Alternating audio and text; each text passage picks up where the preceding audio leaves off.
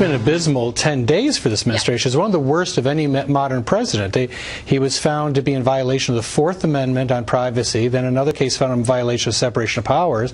Now he's been found in violation of religious rights in the First Amendment. It doesn't get much worse than this for a president. I disagree with the reasoning as well as the conclusion. Just think about this for a minute.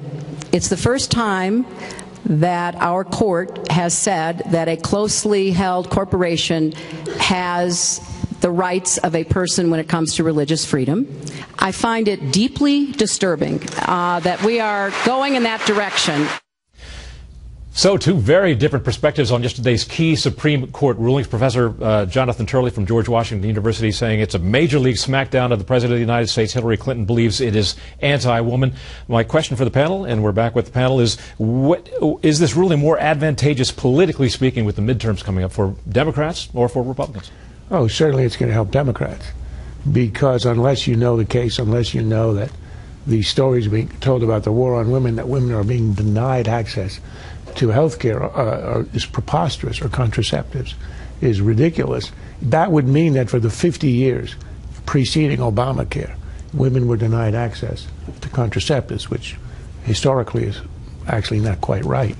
It's absurd on its face, but that's how the media are portraying it, that's what the headline is, and I think that's how it will be received, and that will be very advantageous to Democrats, who will add it on the list of crimes against women that Republicans have allegedly committed. Hyperbole seems to be in order here. Harry Reid saying that it's time to get bosses out of the examining room, and Hillary Clinton as well went to much greater lengths to describe this in anti-men or pro-women terms. Let's listen up to what she had to say.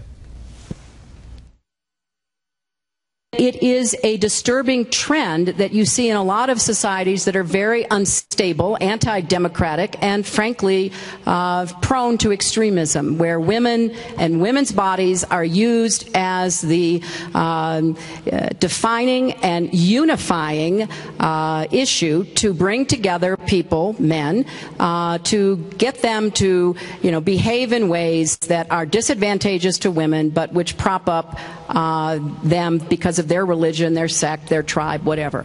Over the top, Kirsten? It's way over the top. I mean, we do not live in Saudi Arabia or the Congo. This is what she's basically talking about societies that are truly discriminatory against women. I support government mandated contraceptions. I support the government paying for it. I think contraception is extremely important for women. In fact, if women can't control their fertility, they really have no control over anything. Those things are all true.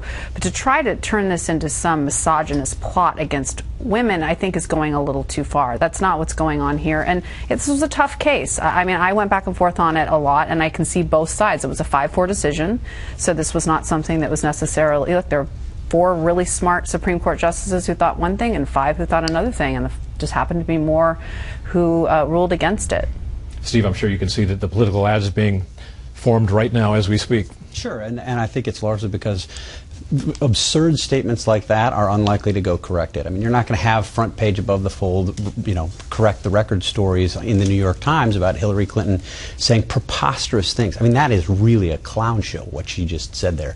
Remember, this is the same woman who, coming out of her tenure as Secretary of State, said the United States was the most brutal political system in the world. Absurd that she would say that. If she were right, there would be lots of repercussions based on what she just said now. She would get a lot of grief now, but she's going to be given a pass. The president, the White House yesterday said, in effect, women are going to be denied contraception all over the place. Democrats are going to say this, they're going to make these arguments, they're going to use this in ads, and it won't be corrected because most people in the media believe the same thing. Well, also, I mean, someone should just ask the question, if it's so important to get contraception to women, why doesn't the administration just do that directly? There are 50 family planning clinics in the state of Colorado that the government already has a relationship with, that they could provide the contraception through those clinics.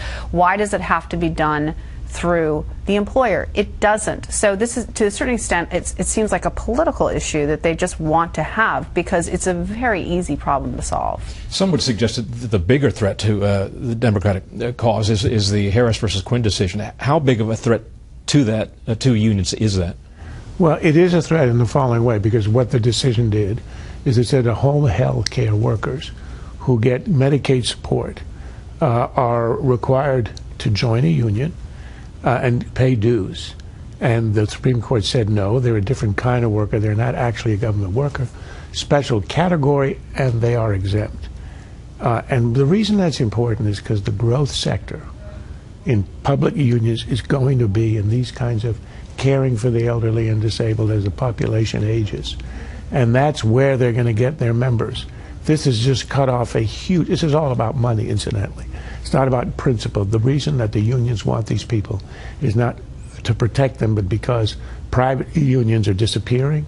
All they have are the government unions, and this is a source of income. You don't force them into unions, you won't get the dues. In Indiana and Wisconsin, when the government didn't have to collect the dues of the public sector unions, the unions were totally emasculated. Everybody left. And that's what the unions are worried about, their future, shrinking the numbers and shrinking revenues.